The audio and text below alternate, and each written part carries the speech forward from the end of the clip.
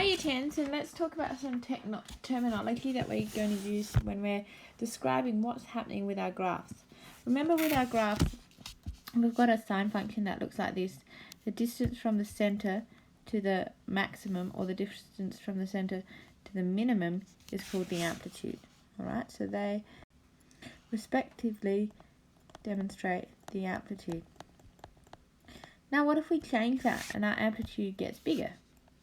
So maybe our amplitude doubles. If that happens, the way we describe that is a dilation by a factor of whatever that factor is. So say it doubled, then it'd be a factor of 2.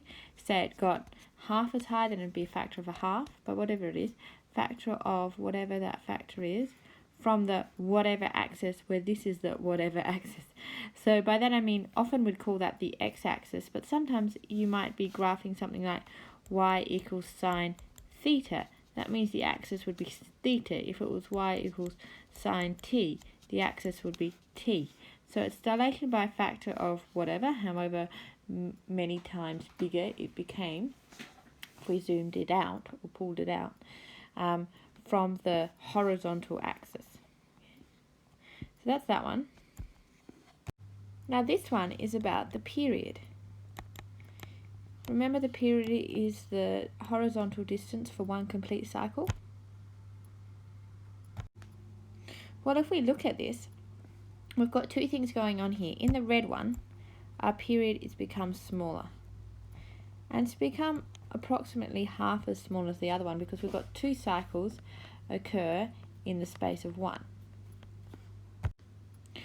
So if that's the case, we say that this is a dilation by a factor of a half from the y-axis this time.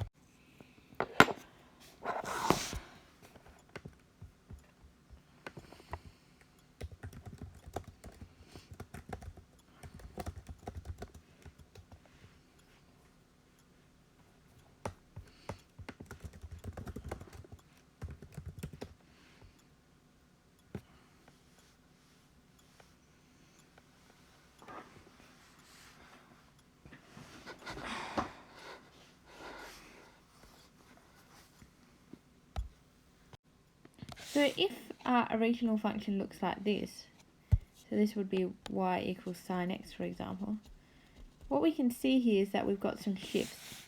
One shifted up, one has shifted down. Okay, so we call that a vertical shift. Say this was 0 and that was 4, and this was -3. We can see where the equation of the principal axis is. It's straight through the middle about there, straight through the middle about there. That's the equation of the principal axis. And so basically we just have to find our principal axis and see how much it's shifted from the original principal axis of y equals sine x, which is 0. Okay, so in the red graph, we'd say that it's vertically shifted by +4 units.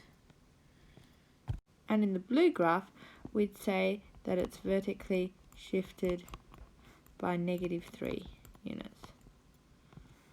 Rightio, we're almost there. We've talked about the amplitude, we've talked about the period, and we've talked about the principal axis. Now all we've got to talk about is the horizontal shift.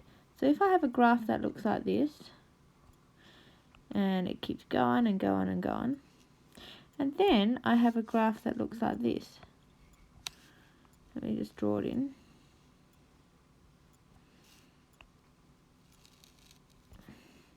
Hopefully you can see that this second red graph is pretty much, I didn't draw it very well, but it's pretty much the same as the first graph.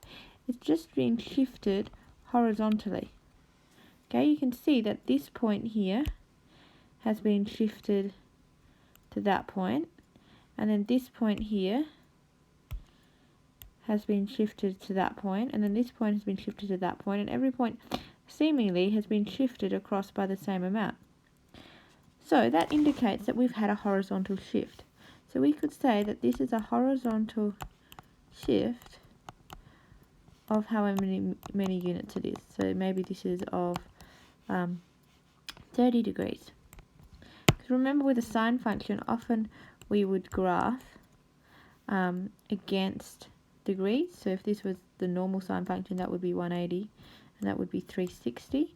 So we can shift it across. If we're shifting it across, we could be shifting it across by a certain amount of degrees.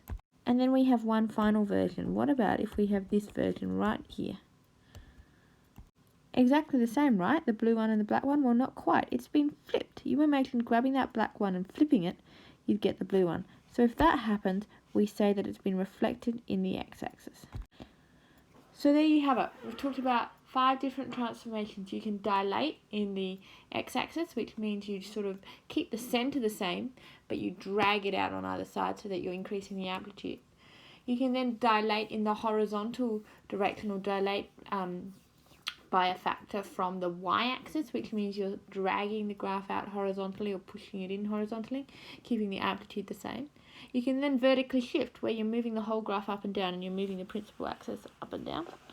You can then horizontally shift, where you're actually moving the whole graph across, back and forth.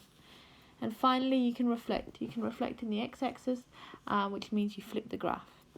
So there's transformations. This is what you're going to use when you're describing what's happening to your graph. Use the words like this.